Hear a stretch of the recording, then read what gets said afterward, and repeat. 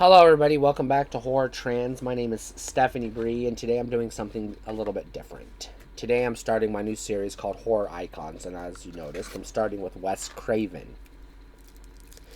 I'm starting with Wes Craven because A Nightmare on Elm Street is my favorite fucking film of all time, and Wes Craven deserves to be talked about. So let me go ahead and start off with that. I have already done the entire Nightmare on Elm Street franchise, so you already can watch those movies to get my thoughts on them. So, a little bit about Wes Craven. I'm going to kind of scroll through his Wikipedia page. That's where I'm getting most of my information. Some of it I already knew.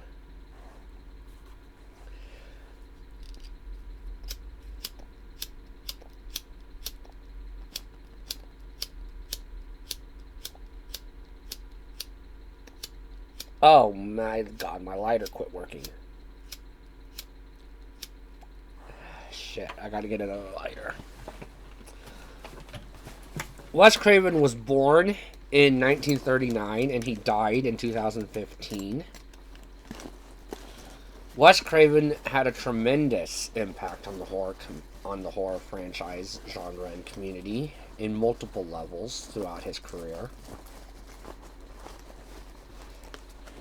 And he is a staple of the horror genre.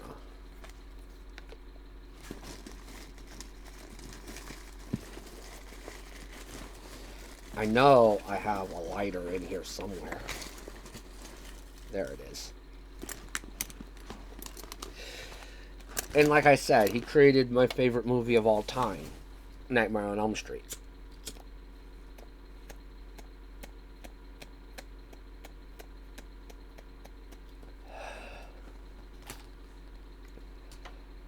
Alright.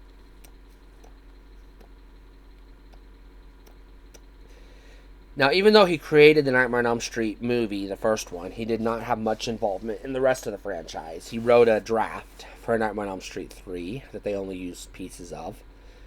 And he created Wes Craven's New Nightmare in 1994, which was the capstone to the franchise.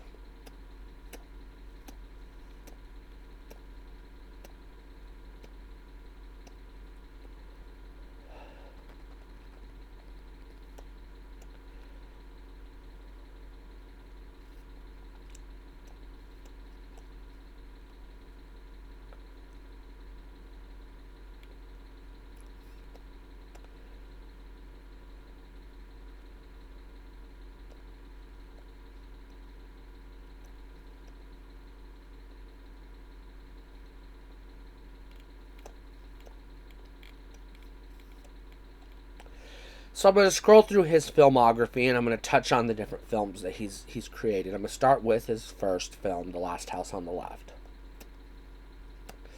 I've already talked about The Last House on the Left, so you can go ahead and check out that review if you would like. I am a fan of this movie.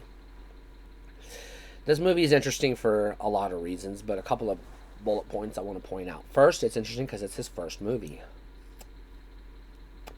It's also interesting because he created this movie with Sean Cunningham, who would go on to create Friday the 13th.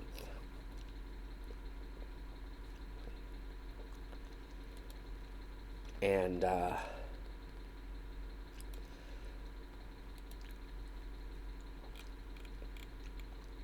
Friday the 13th is also a large franchise in the horror family. Following The Hills Have Eyes, The Last House on the Left, sorry, he created The Hills Have Eyes, which is another horror movie similar to The Last House on the Left in that it is a family who is being destroyed by a serial killer. This time, instead of escaped convicts, it's cannibals. Then he did a movie called Deadly Blessing. This one I've never heard of, so I can't comment on it. I didn't even know about this movie, so it's on my list now of movies to investigate, but we'll see. Then he did a movie called Swamp Thing. I have seen Swamp Thing, and I don't talk about Swamp Thing, so I'm moving on. Next up, in 1984, he did his seminal classic, Nightmare on Elm Street, where he introduced Freddy Krueger to the world. This was his big one. For the longest time, it was his biggest one. I say for the longest time because, as you may know, he did Scream eventually, which will get its own section eventually. A Nightmare on Elm Street helped change horror in a lot of ways. It introduced the talking serial killer with a personality to the slasher genre, as well as supernatural elements, which would become a staple of the genre. It would influence Hellraiser, Leprechaun, Child's Play, Puppet Master, etc. It would even influence Halloween and Friday the 13th, two franchises that before Nightmare on Elm Street came out were grounded in reality, and after Nightmare on Elm Street came out, both franchises introduced dreamlike elements and supernatural elements. Because they had to, because Nightmare on Elm Street changed horror. Next, he did The Hills Have Eyes Part 2. I haven't seen this one yet, but I do have it in my queue. It's ready to go. I'm just waiting for the right time to watch it. Then he did a movie called Deadly Friend. I have never even heard of this one, so I can't talk about it. But it looks interesting. Then he did The Serpent and the Rainbow. I have not seen it yet, but I do have it on DVD. It is on my list of movies to watch. I have already previously bought this one in anticipation of watching it. And then he did Shocker. I will eventually do a whole video on Shocker, so I don't want to talk about it too much here. But I am going to take a sidestep and talk about his continued influence on the horror genre. He helped launch Robert Englund's career. Robert Englund, around the same time, released a movie called 976 Evil, which I highly recommend, and I've already done a video on. Further proving that Wes Craven's influence reached beyond his own work. In 1991, he did the one horror movie I do not talk about, ever. It is The People Under the Stairs. This is the most I'm going to say about The People Under the Stairs. I watched this movie when I was 10 years old. I was too fucking young to watch this movie. I should not have watched this movie when I was 10 years old. It traumatized me to the point where I cannot watch it as an adult. I will not ever watch it again. I warn you, I caution you to watch this movie at your own risk. This is a terrifying movie. A legit terrifying movie. To his credit, I will say he made a legitimately scary movie, and for that he deserves props. And then in 1994, he did his first attempt at meta horror, Wes Craven's New Nightmare, which was the capstone to the Freddy Krueger franchise. I've already done a video on this movie. It's not a very long video. It's just basically me saying, fuck this movie. I do not like this movie, and I do not talk about it. I don't talk about this movie because it shat on the previous lore, and I hate that. I'm a fan of the Nightmare on Elm Street franchise as it existed before this movie came out.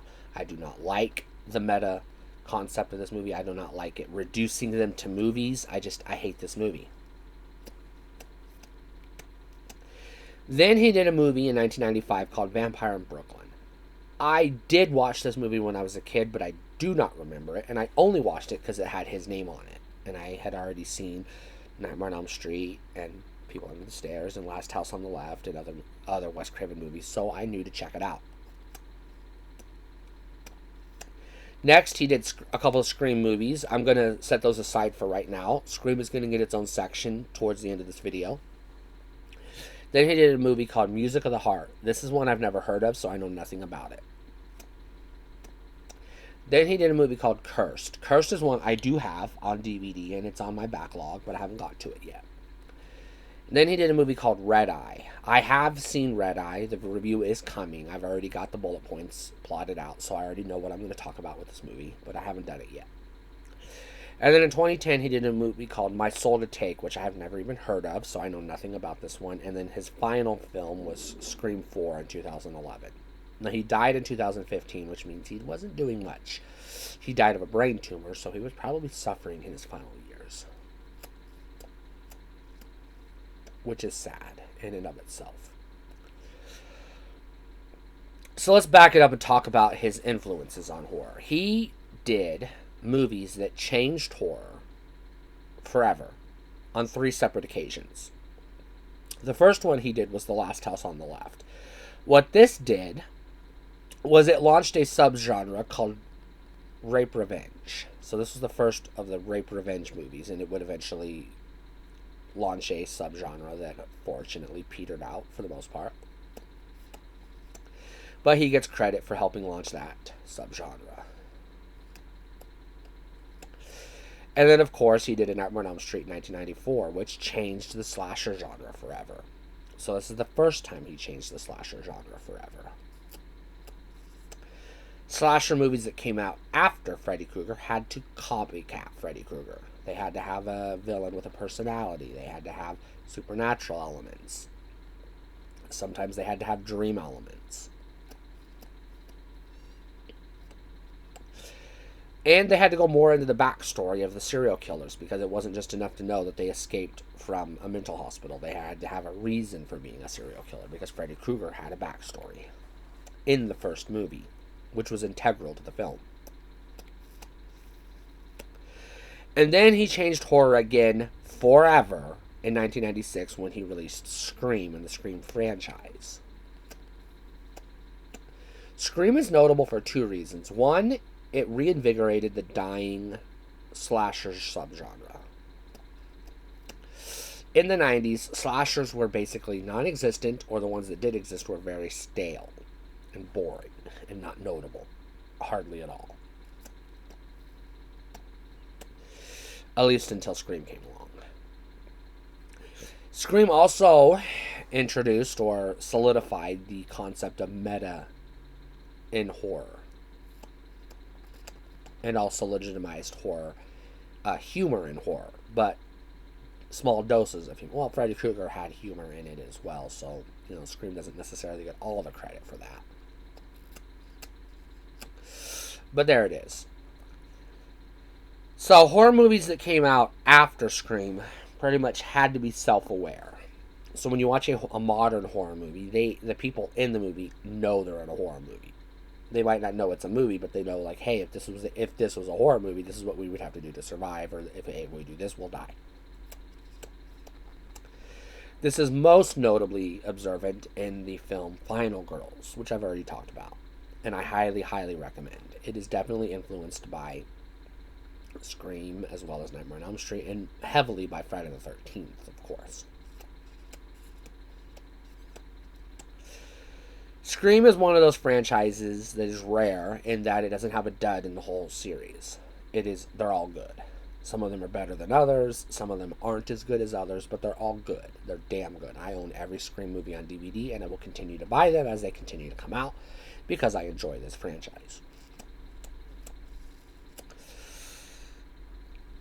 And that's pretty much all I can really say about Wes Craven. He was a tremendous impact on the horror community and horror genre and different subgenres, and he will be missed. His works will be talked about and influencing horror for years and decades to come.